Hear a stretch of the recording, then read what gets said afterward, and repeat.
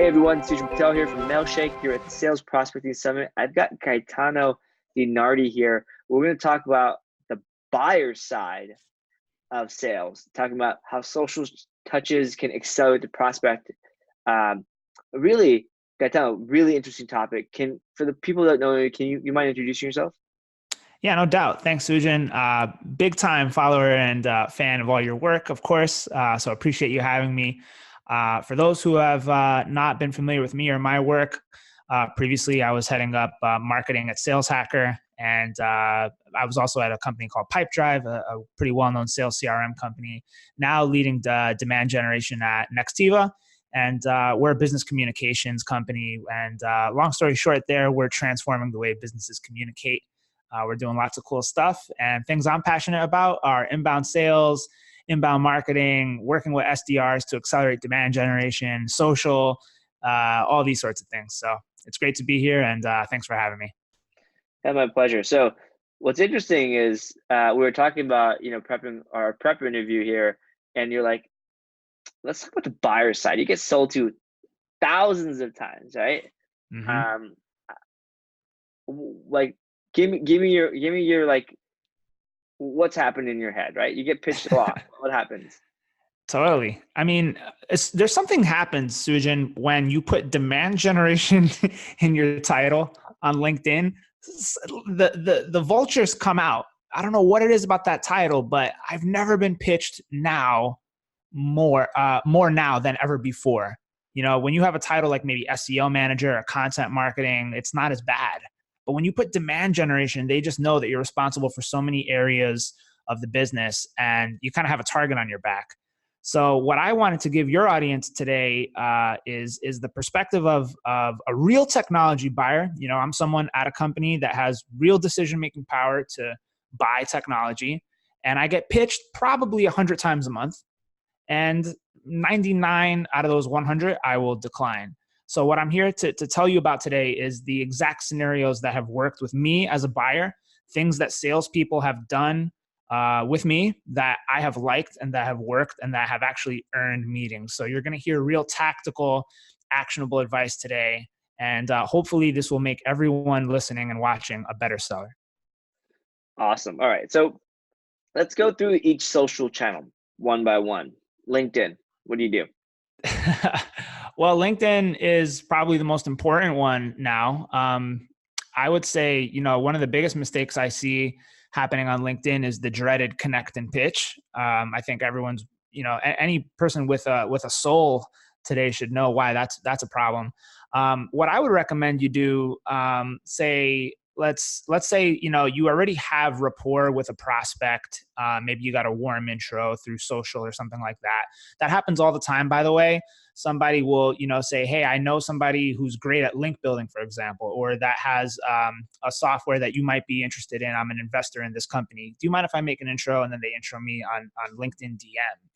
What I really like is, let's say someone schedules a meeting with me.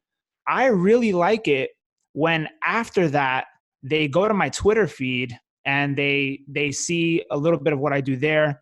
They retweet some stuff. They see that I'm into music. They check out my Instagram because I have all this stuff listed in my LinkedIn profile. The other thing I really like is when they read my LinkedIn bio and they mention stuff that I talk about from my LinkedIn bio in a follow-up email that says like, hey, you know, I'm really looking forward to our meeting this day at this time. By the way, I noticed in your profile you talked about how you were a musician in your past life. That is super cool. I went to check out some of your music. Wow, like I didn't know you were doing all these cool things. So automatically now, that person is different than the 99% out there who pretty much are never going to do that. So those are some quick tips that I would like to share about things you can do on LinkedIn to stand out. Yeah, I like your sales model, right? The comment, I'm just going to steal your thunder here. Yeah. Comment, endorse, like, share, right? Just engage.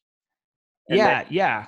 So with that, basically what you want to do is don't just go straight for the connect and ignore all of that. What I would recommend is, you know, you go to someone's activities tab in their profile before you even invite them to connect. So you can go to their posts, their activity, and their articles. Go to their posts. see what they're posting, like that, and definitely try to jump into some of those threads, add comments where applicable. You can even share some of their articles and tag them in it. That always works.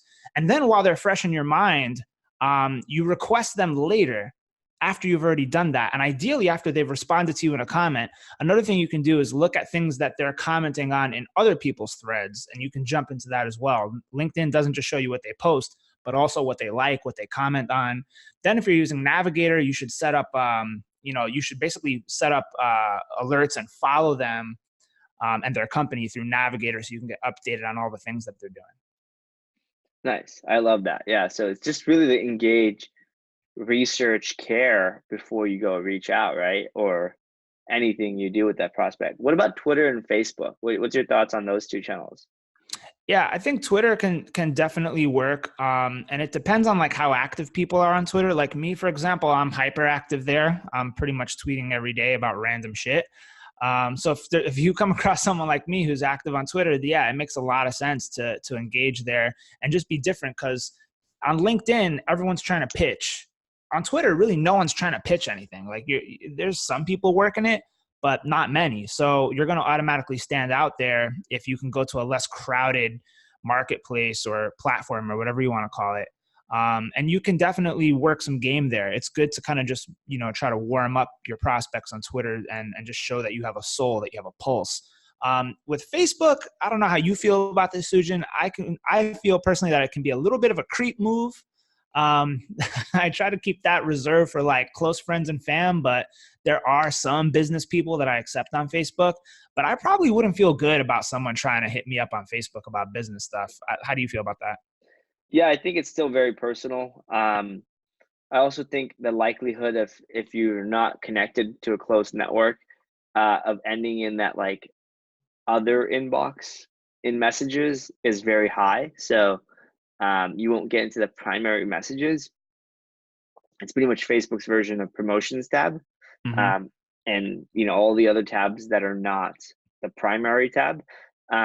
So yeah, I think it depends on how business someone is on their Facebook. I know a few people, surprisingly, a lot of my friends on Facebook are business acquaintances and contacts and friends. Mm-hmm. But we don't actually talk about business, but some people do. So if you find people actually talk about business, then it could be a great way to conduct business. But it's usually more the personal route.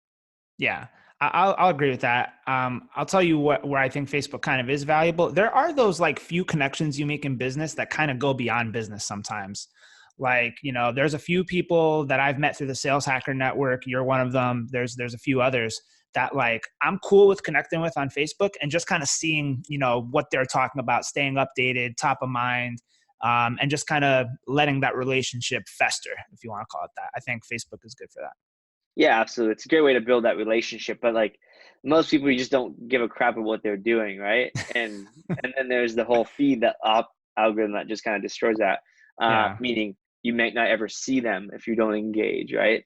Yeah. But okay, cool. So totally agree. I think we're on the same page. I think you've been given some really actionable stuff. I want to move on. So Yeah.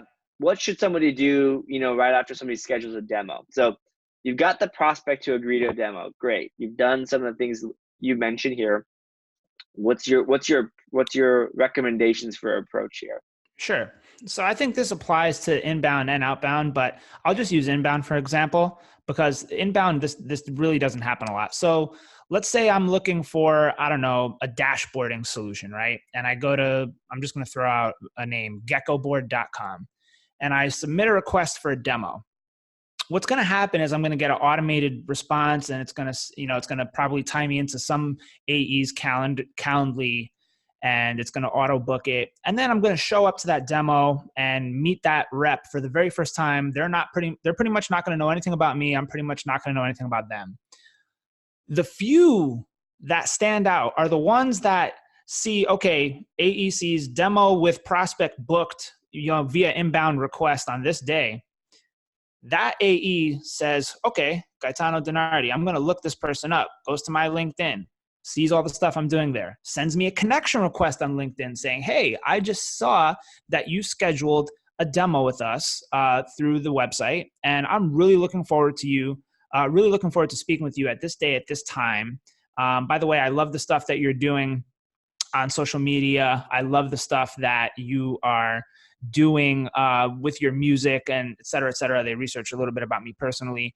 This is going to drastically reduce the no-show rates, because one of the biggest problems reps are facing right now is no-show rates. So that's, I would say, step one. Then you can take it a step deeper and go on Twitter. Like I said before, you can retweet, engage, like a bunch of their stuff there, start jumping into any conversations that might seem relevant. You should also follow the company page of the prospect that submits a demo request.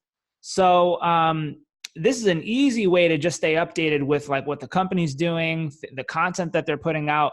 Like the prospect's world can also start to become the salesperson's world if they're willing to take that extra step and immerse themselves. So long story short, connecting on social brings you closer to your prospect. It costs you nothing other than time and sweat, and it separates you from the clump of lazy salespeople out there who just say, "Hey, I got an inbound demo request. Great, I'll try to close it when they show up." I love that. Yeah, I mean, the no-show rate can get ridiculously high, right? Mm-hmm. If you look at kind of the funnel, you've got leads, qualified leads. They've booked a demo. Now they're like they've qualified themselves from a qualification, right? They've taken an action on a qualification, but now you lose them drastically from who actually shows up to the demo. So I love the fact that you're just getting in front of the fact that there will be a high no-show rate, or, high being like I've seen 10%, Mm-hmm. 50%, 60%. But Mm-hmm. either way, like it's just all free money. It's free lead. People have shown intent. You might as well not lose them, right? Exactly. Yeah. Love that. And then you use the same thing you did on the other front when you're going outbound, is you're using details from their social to build that relationship, so that if you and I said we're going to have a meeting, I would show up. Even if I can't make it, I would show up and say, Gaetano, I've got a personal emergency, gotta run, right? If we didn't have a relationship, I'd no show, right? Like just and if we did somewhere in between, I may have an email to you, right? Yeah. So I love the fact that this is the way in your mind people stand out. And I think really this is the way you do relationship-based selling. Yeah. At least make me think you care. Yeah. That's the point. Like, make me think you care. Fake it if you have to. I know that's not the best advice, but fake it if you have to. Just don't act like you don't care. That's better than not caring at all. Yeah, and let's be realistic. Let's all just say, as salespeople, nobody actually cares, right? Like, let's just be realistic. Let's be realistic. Your job as a salesperson, as an SDR, AE, whatever your role is, right? Your job is to make deals happen, right? Right. Your job, you get paid at the end. Now, right. If you're good at what you do, you help people solve and you're selling a good product. Your company sees a problem in the market and then helps people get from their problem to a solution, right? And to implement the solution. So that's good product, good sales process. Now, as a human being selling to another human being, you got to build, you still have that relationship to build, but you may not interact with them often or ever again. So if you spend 10 minutes and do your homework, I think really that's what it's about. It's not manipulating the fact that you care. It's about doing your homework on who you're selling to. Exactly. Dude, the best example of this I can kind of think about, this is more on the customer relationship side, but my uncle used to own an Italian restaurant in New York. And he always tells the story about the one time there was a customer just crying uncontrollably at the end of the night when the restaurant was about to close. It was this woman. She was crying uncontrollably, and he could have just said, we're closing up shop. You got to take your tears elsewhere. But he went to her and he said, "Hey, miss, what's the problem? What's going on?" And she said, I just found out my husband's cheating on me, and we have to get a divorce now. And, he gave her like a little bit of a consolation, talk, a little bit of a pep talk, gave her some food to go and said, feel better. I hope everything works out. Then when he goes, back into the kitchen after she finally leaves, they asked him, what was that all about? And he just said, some lady crying because she's getting a divorce. What are you going to do? So, on one hand, he's like, what are you going to do? This ain't really my problem. But he also had to make it seem like he cared. And that's the parallel between, business and relationships, even sales and customer support. Yeah, absolutely. I think it's just providing somebody with an answer, a direction, feeling for them emotionally. I think, Brian Kramer has a good, it's not B2B, B2C, it's H to H. Human being on one side, selling to another human being. And let's all face it, we have good days, we have bad days, we've got great days. I've been, today I've been 8 hours just talking to people like yourself, just interviews.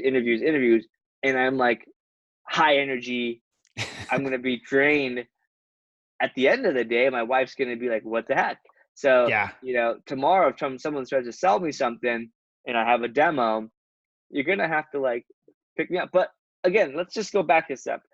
Yeah. You're, back in the day, when you were doing, even now, field sales, door to door, you're doing any type of in-person sales.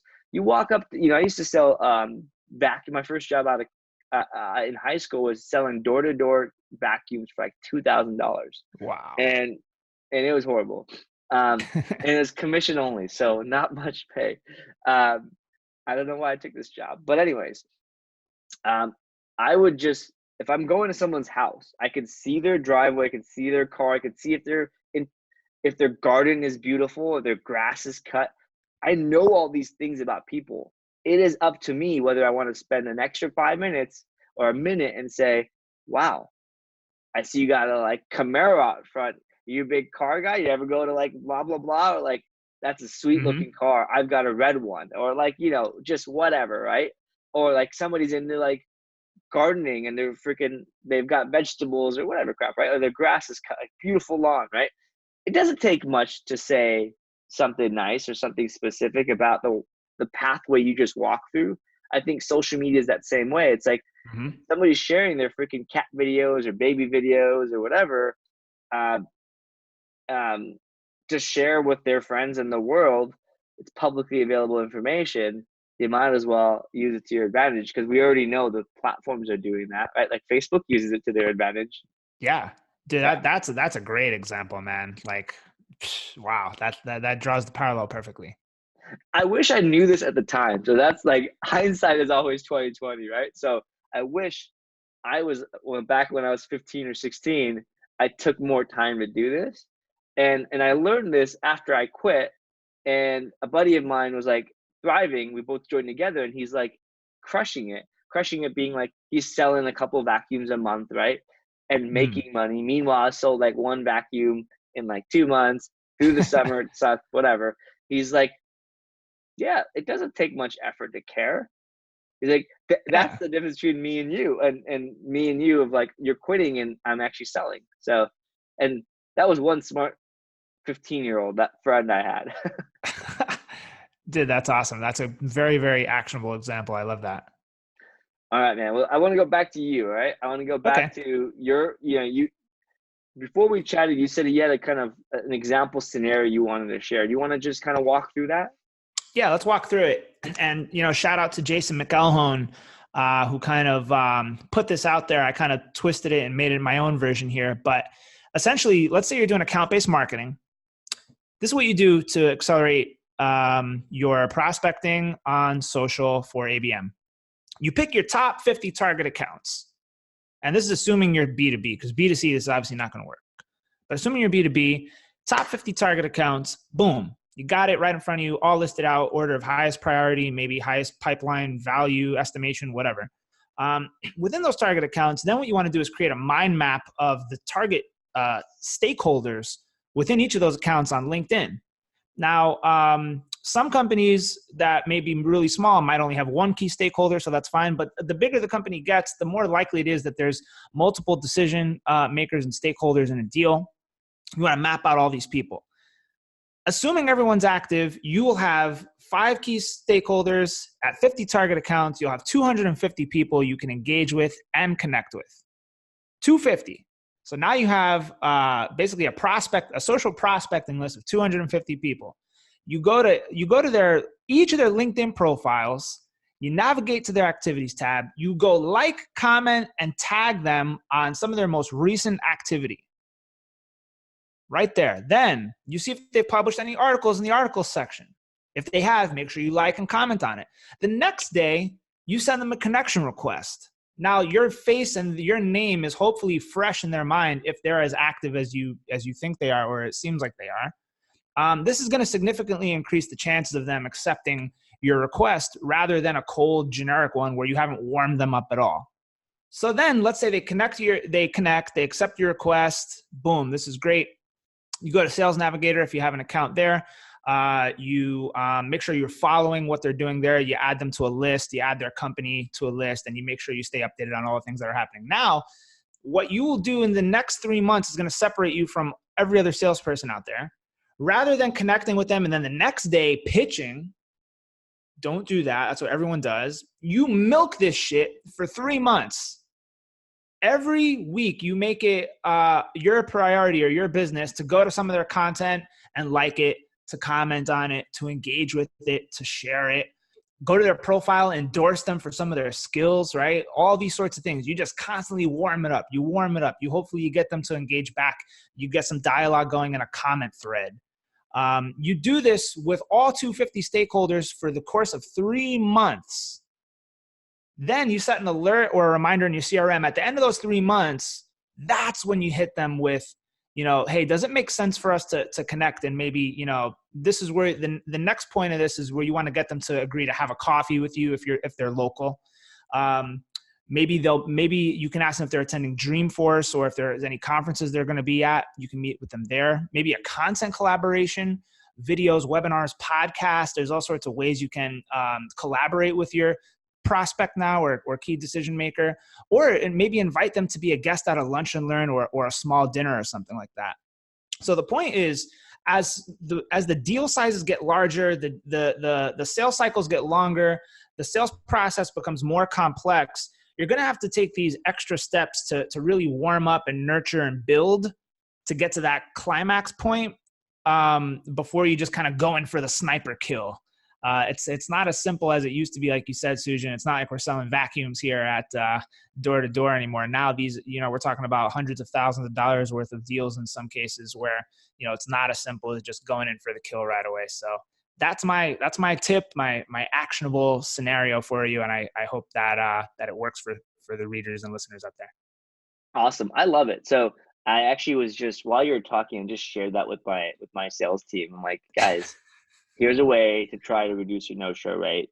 Yeah. And also, here's a process that works for social selling. And really what you mentioned is a little bit of an account-based marketing element to it, a lot of it is social selling. Obviously, you're using social as a prompt to get everything else going. One of the things I loved about what you said, and I want to just make sure I highlight this, and you listeners and viewers get this concept. So 50 people, 50 prospects, 250 people you engage with. Pretty much you now have a 1 in 5 chance that one of those 5 people are going to engage with you back to get a call, right? So I think the likelihood of a success is going to be much, much higher because you're doing 5 touches for every single deal that you're connecting with. So somebody's got to bite. It's a pretty good ratio that it will be successful, especially if you incorporate the fact that they're active. And then the other part of this is looking at this from a marketing perspective. This is genius because all you're doing is just good old-fashioned engagement, right? Like those people just think you truly act. Again, you don't have to care, don't have to fake it till you make it, but you're engaging with them, and they just think someone's engaging with them. LinkedIn is great, but not everybody has. And social media is great, but not everybody has an active following and whatever. Most people don't, right? So when they get 2 or 3 people engaging, that's a good sign. They engage back, and maybe not the first time, but the 10th time. I love that. And the last thing is that you get in the friend zone in right? Like you're not like just some random person.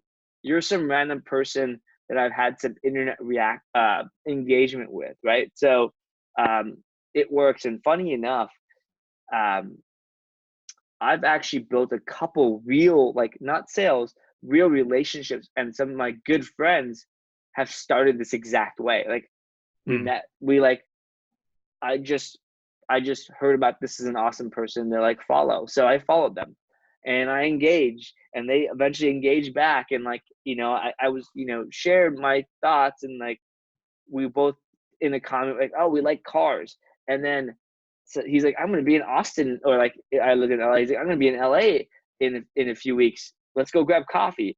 And that was that person I grabbed coffee with is one of my really good friends now. And it was just through like Hmm. 3-4 months of like this like social engagement. But like why I'm sharing this is like what Gaetano just said is exactly that. What happened in real life, one of my good friends, and how we met, which is a weird thing to say, but people meet on the internet all day long, um, but for selling, right? And Yeah. so now instead of becoming best friends, you book a meeting. Yeah, you're basically taking what happens in real life in a normal scenario, like you just said, and taking it digital. To me, dude, it's all about instant gratification versus long-term patience and reward.